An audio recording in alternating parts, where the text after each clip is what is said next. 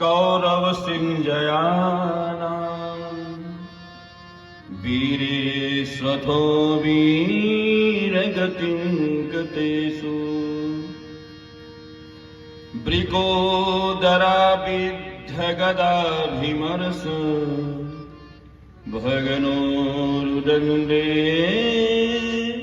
धृतराष्ट्रपुत्रे। श्री परीक्षित जी महाराज का जन्म का उपक्रम यहां से होता है कि महाभारत का युद्ध समाप्त हो चुका है, युधिष्ठिर राजा भी बन गए, लेकिन सम्रांगण में दुर्योधन अभी मरा नहीं है। दुर्योधन का कमर टूट दिया था भीम जी ने, अब वो गिरा पड़ा हुआ है, मरणासन्न है, मरने वाला है। उसी समय अश्वत्थामा वहां आता है, जो गुरु द्रोणाचार्य का बेटा है। अश्वत्थामा से दुर्योधन कहता है कि हे अश्वत्थामा, अगर तुम सच्चे राष्ट्र भक्त हो तो मेरी आज्ञा है कि पांडवों का सर कलम करके ले आओ मेरे पास, मैं उस सर को मसलना चाहता हूं। तो अश्वत्थामा कुछ विपरीत चलते थे पांडवों से, क्योंकि अर्जुन ने गुरु द्रोणाचार्य का वध किया था, इसलिए उसको ये तकलीफ अभी गई नहीं।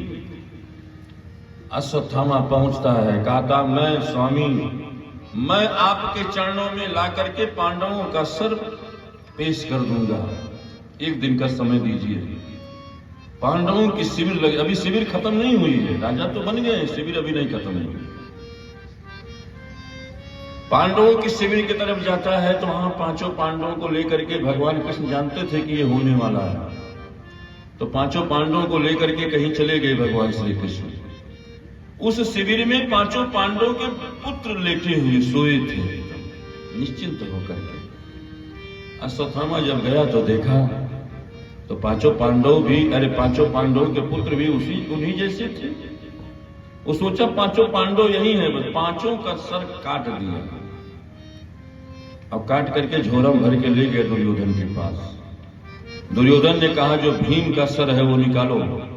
तो भीम का सर जब निकाला तो जो भीम के बेटे थे उनका सर निकला, दुर्योधन को दिया। दुर्योधन मत्था पीटने लगा, अरे ये तुमने क्या कर दिया, ये भीम नहीं है,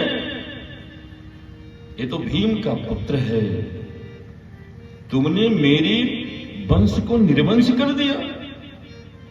मैंने पांचों पांडवों का सर कलम करने को कहा था, तूने उनके बेटों को क्यों कर दिया? मेरे तो 100 भाई मरे ही, हम लोगों का वंश तो खत्म हो गया, लेकिन कम से कम कौरव और पांडव दोनों एक ही वंश के थे, 2 भाई थे। कम से कम अगर वो जिंदा रहेंगे तो हमारा वंश तो चलेगा। बहुत डांटा, बहुत फटकारा। इसके बाद जब प्रातः काल हुआ, रात की घटना हुई है, सवेरा हुआ, द्रौपदी जब शिविर में गई देखा तो 5 बेटों का धड़ केवल पड़ा है, मार खूने खून फैल गया है। द्रौपदी विलाप करने लगी,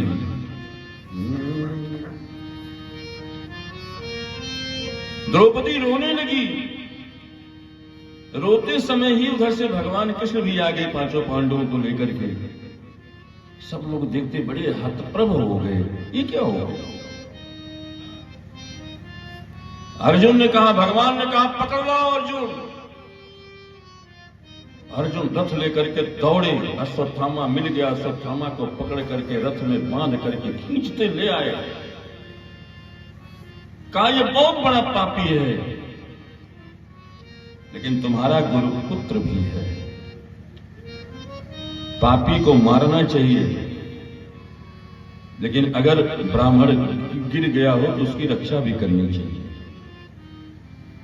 ये तुम्हारा गुरुपुत्र है, पापी को मारना भी चाहिए और गुरुपुत्र की रक्षा भी करनी चाहिए। दोनों बात भगवान ने कहा अर्जुन से।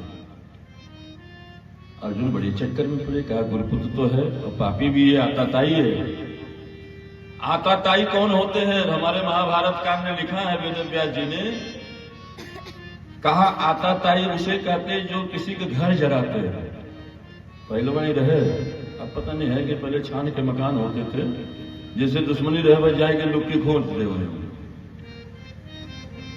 माचिस बार के धरा जरिए जैसे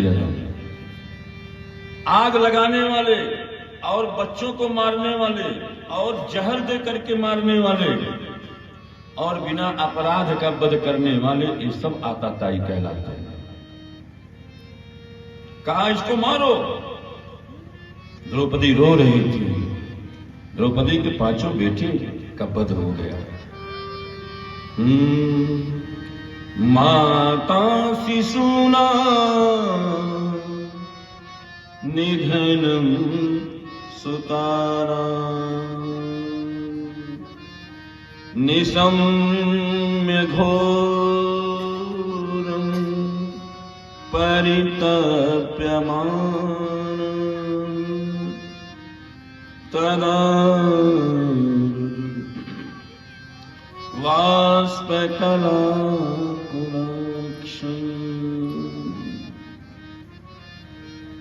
आओ कन्हैया